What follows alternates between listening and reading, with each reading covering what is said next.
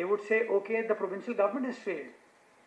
Okay, whichever organization, entity was carrying out this task has failed.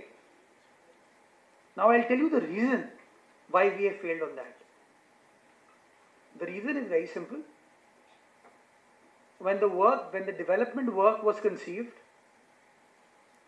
it was conceived at a time when dollars value to Pak rupees was 145. Right now, or about a few months back, dollars conversion to Pak rupees was 300.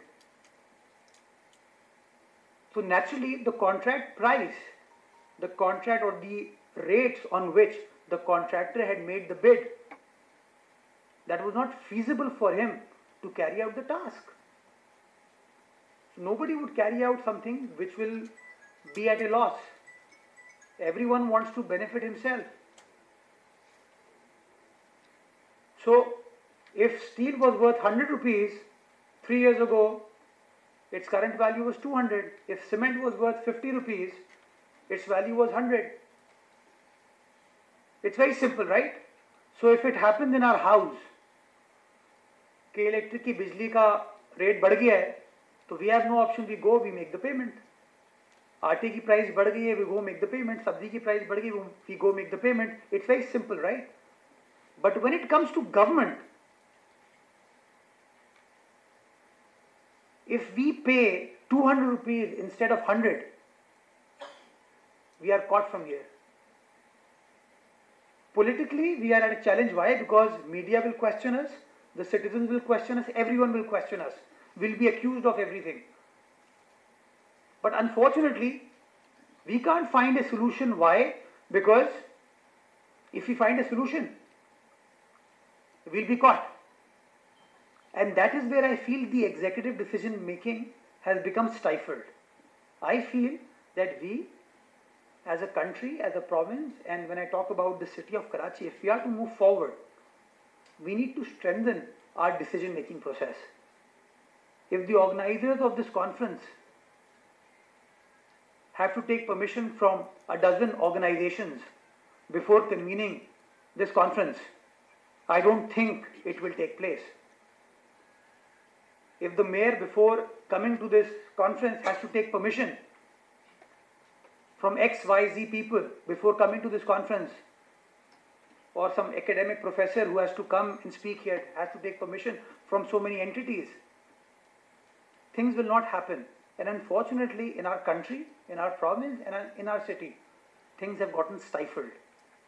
And we need to somehow ensure that the process is simplified. There is trust in the decision-making process. We do something wrong, hold us accountable. The city council is there for holding us accountable. The provincial assembly is there to hold the provincial government accountable. The National Assembly, the Senate is there to hold the federal government accountable.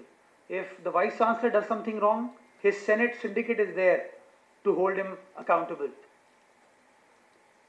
So we need to work on this, and Shahid would vouch for this, because when he dealt with the government, the concept that the Vice Chancellor was very proudly appreciating, Shahid will tell you that the decision-making process was a victim of fear.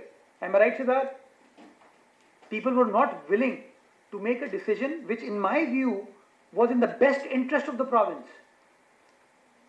in the best interest of our future generations. Why? Because the concept means that our teachers would be trained, and they would be trained professionally,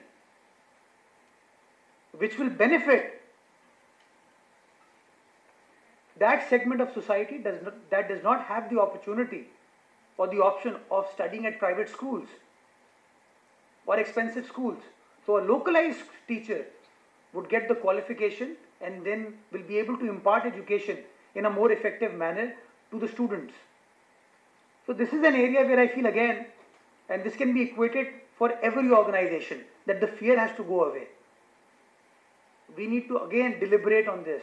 We need to come up with some sort of finding, recommendation, so that by way of academia, by way of media, we can highlight this aspect, that whatever solution is to come, is to come through executive decision-making process. And we need to somehow do that. Last but not the least, I keep saying when I was growing up, I did not have access to the city leadership.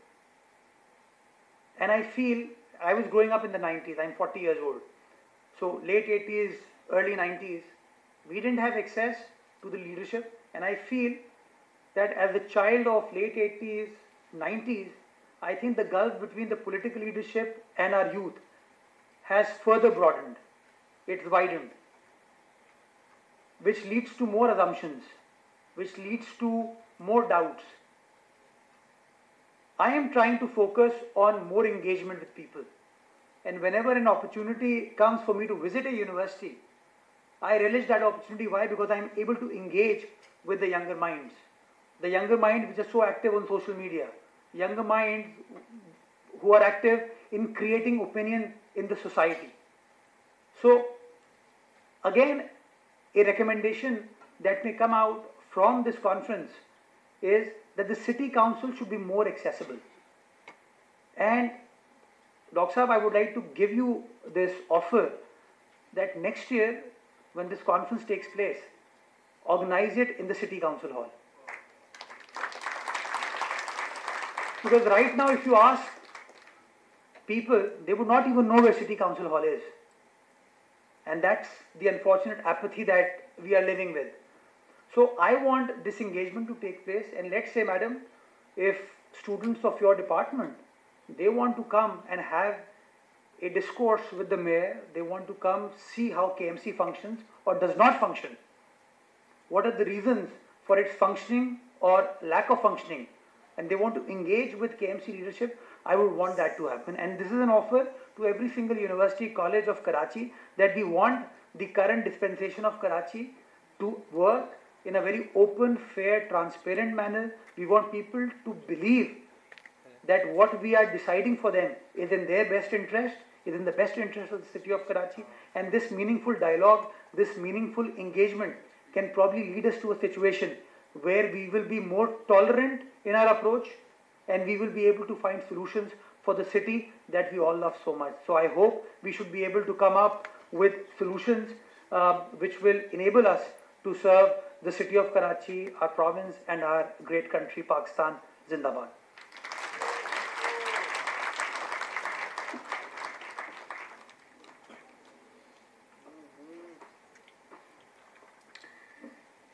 Thank you so much, sir, for sharing real-life experiences and challenges of city management with our audiences.